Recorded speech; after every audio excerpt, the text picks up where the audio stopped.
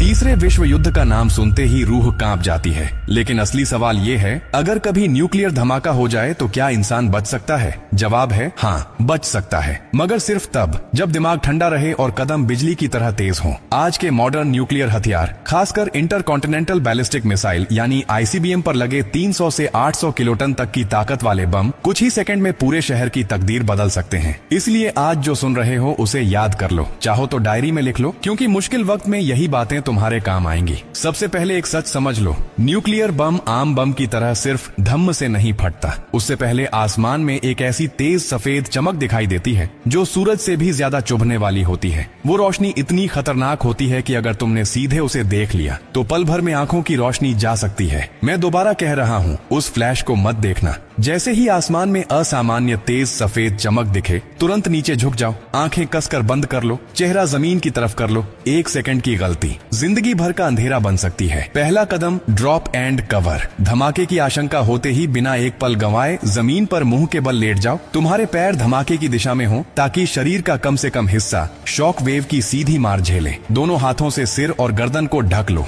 मुंह थोड़ा खुला रखो ताकि प्रेशर वेव का असर फेफड़ों और कानों पर कम पड़े। आंखें बिल्कुल मत खोलना। याद रखो, ये कुछ सेकंड तुम्हारी पूरी जिंदगी तय कर सकते हैं। दूसरा खतरा है शॉक वेव और उड़ता हुआ मलबा। अगर तुम ग्राउंड जीरो से 1 मील के अंदर हो तो तबाही लगभग पूरी हो सकती है। 3 मील तक इमारतें गिर सकती हैं, कांच के टुकड़े गोलियों की तरह उड़ेंगे और शरीर को चीर सकते हैं। अगर तुम घर के अंदर हो तो खिड़कियों से तुरंत दूर हट जाओ, किसी मजबूत दीवार के पास बैठो या भारी फर्नीचर के पीछे छिपो। अगर बेसमेंट में पहुंच सकते हो तो तुरंत जाओ, भूमिगत होना बचने की संभावना कई गुना बढ़ा देता है। तीसरा और सबसे चालाक दुश्मन है रेडियो एक्टिव फॉलआउट। धमाके के 10 से 30 मिनट के भीतर आसमान से धूल की तरह जहरीले कण गिरना शुरू हो जाते हैं। ये साधारण मिट्टी जैसे दिखते हैं, लेकिन इनके अंदर छुपा रेडिएशन धीरे धीरे शरीर को अंदर से जला सकता है। इसलिए जितनी जल्दी हो सके किसी मजबूत इमारत के अंदर पहुंचो। सबसे सुरक्षित जगह बेसमेंट, मेट्रो स्टेशन या आधिकारिक फॉलआउट शेल्टर। अगर ये न मिले तो ईंट या कंक्रीट की इमारत के बिल्कुल बीच वाले हिस्से में रहो।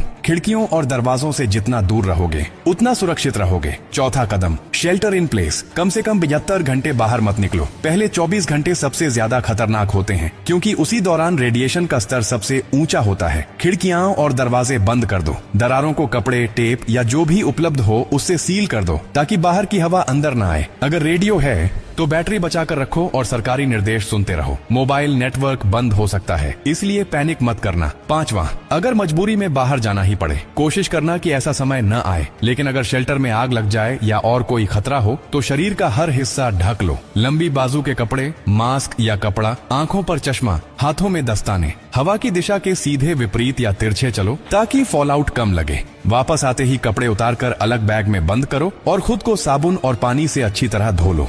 ध्यान रखना, बालों में कंडीशनर मत लगाना, क्योंकि वो रेडियो एक्टिव कणों को चिपका सकता है। और आखिर में सबसे बड़ा हथियार है तुम्हारा दिमाग। घबराहट तुम्हारी सबसे बड़ी दुश्मन है। न्यूक्लियर धमाका सेकंडों में सब कुछ बदल सकता है, लेकिन सही जानकारी, सही पोजीशन और 72 घंटे का धैर्य, ये तुम्हें जिंदा रख सकते हैं। हीरो बनने की कोशिश मत करो, सर्वाइवर बनो। डर को काबू में रखो, क्योंकि आखिर में जीत उसी की होती है जो आखिरी सांस तक समझदारी से लड़ता है। मेरी इस वीडियो में डर नहीं, बचने की सही जानकारी है। ऐसी जानकारी जो शायद किसी दिन जिंदगी बचा दे। अगर आपको अपने और अपनों की फिक्र है तो इस वीडियो को शेयर करें और कमेंट में लिखें, हम तैयार हैं। जय हिंद, हमारा भारत महान है।